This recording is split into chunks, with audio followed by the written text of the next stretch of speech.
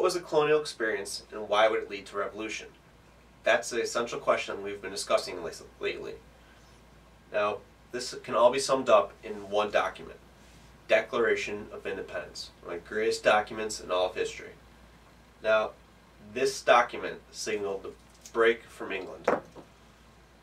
John Adams, on July 3rd, 1776, writing to his wife Abigail, wrote about the Declaration of Independence.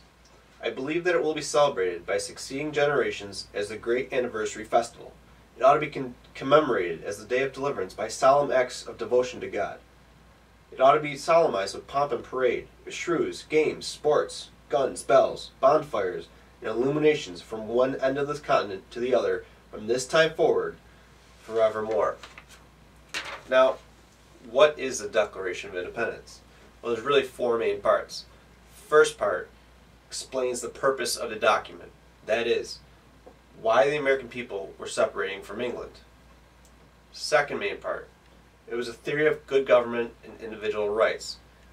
Now, let me read this excerpt to you that many of you may have heard before. From the Declaration of Independence. We hold these truths to be self-evident, that all men are created equal, that they are endowed by the Creator with certain unalienable rights, that among these are life, liberty, and the pursuit of happiness. That to secure these rights, governments are instituted among men, deriving their just powers from the consent of the governed. Okay. Third main part of the Declaration of Independence. Like the great holiday Festivus from Seinfeld, there was a list of grievances, in this case, aired against King George III of England. It was a list of grievances against King George III of England. You may remember the Stamp Act, other quartering acts that we talked about, the lack of representation from the colonists in the British government. Fourth main part of the Declaration was an unqualified assertion of sovereignty by the United States of America. It proclaims the determination of Americans to defend and maintain their individual rights. Now, consider this. There is a man and a woman. The man is being abusive to the woman. It's an abusive relationship. Finally, the woman cannot take it any longer. So, she submits a letter to, I don't know, the man, maybe a divorce attorney. She states, you know what, these are what my rights ought to be. This is how I should be able to live. She also states the grievances that she has against this abusive man. And then she says, you know what, I'm separating from you. I am getting rid of you for good. I'm going off on my own. So hopefully that analogy helps with you with understanding this concept. Now, a little bit of the background of the situation in the summer of 1776. The Second Continental Congress had reached out to the British government. They had submitted the famous Olive Branch petition to King George III, in which case, yeah, they expressed their grievances to the king, but said, you know what, we're willing to settle this peacefully. Now the king said, you know what, forget you guys, I am considering you in rebellion. So he blew him off. So like a cat backed up in an alley, colonists had nothing else to do. They could only declare independence and rebel full-fledged against England. So the immediate impact this declaration had, there were multiple copies printed, distributed. It was read aloud to troops, rallied the troops. It convinced the colonists living at the time that they were going full force against England. There's no turning back.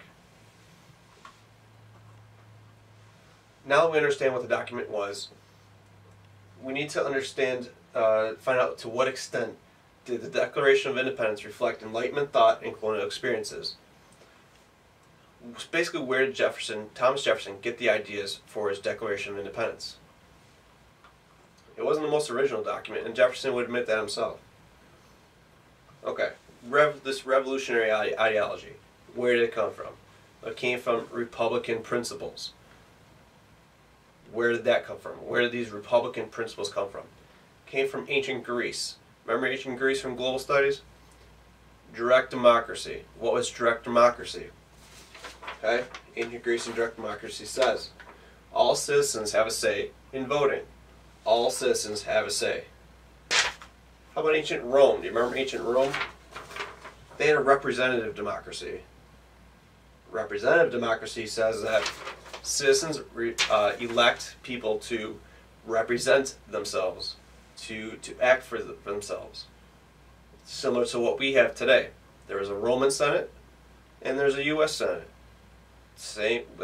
That's exactly where we got the idea for a Senate from ancient Rome. And just like their senators back in Rome, our senators are elected by the people. All right, second main place that Jefferson got his ideas from, the Enlightenment.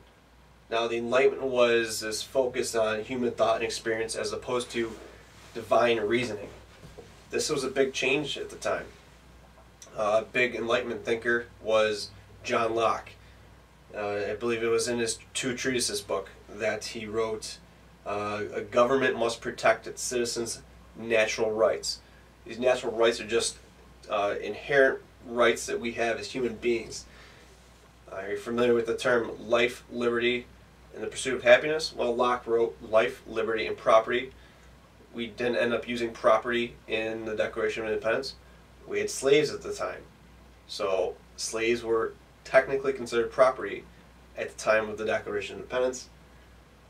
We didn't want to rock the boat, so we changed it to life, liberty, and property, and the pursuit of happiness. Alright, so John Locke, natural rights.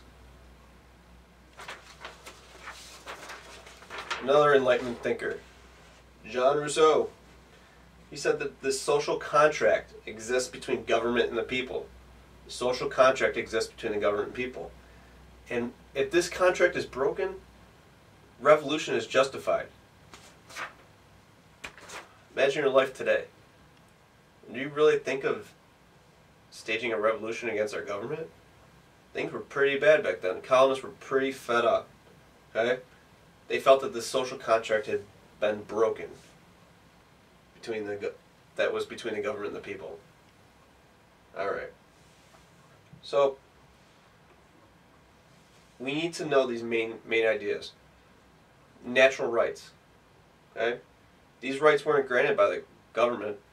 They are inherent to human beings. 2.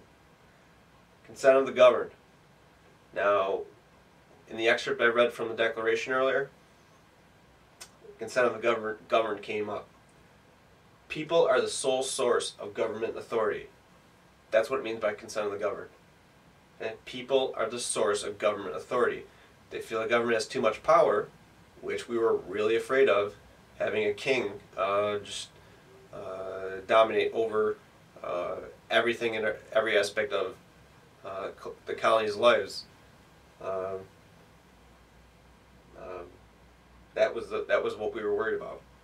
Social contract exists between the government and the people. Once again, if this social contract is broken, then people have the right to rebel. A republic. Remember, Republican ideas came from ancient Greece, Rome, direct democracy, representative democracy, and the Enlightenment, which was the focus on human thought as opposed to divine reasoning. Now, overall impact of the Declaration of Independence. It was meant to show France that, hey, American colonies are for real. Hey, France, consider helping us financially, militarily. We are for real. We are full-fledged against England, who has been your enemy for a long time. At the Constitutional Convention, the Declaration of Independence was referred to many times, shaped the way our Constitution was written. And as you saw in global studies, it led to many other revolutions in the Western world. Next time July 4th comes, and you're out celebrating with family and friends, make sure you thank your founding fathers and the sacrifices they made for our country, and Declaration of Independence. Take care, guys.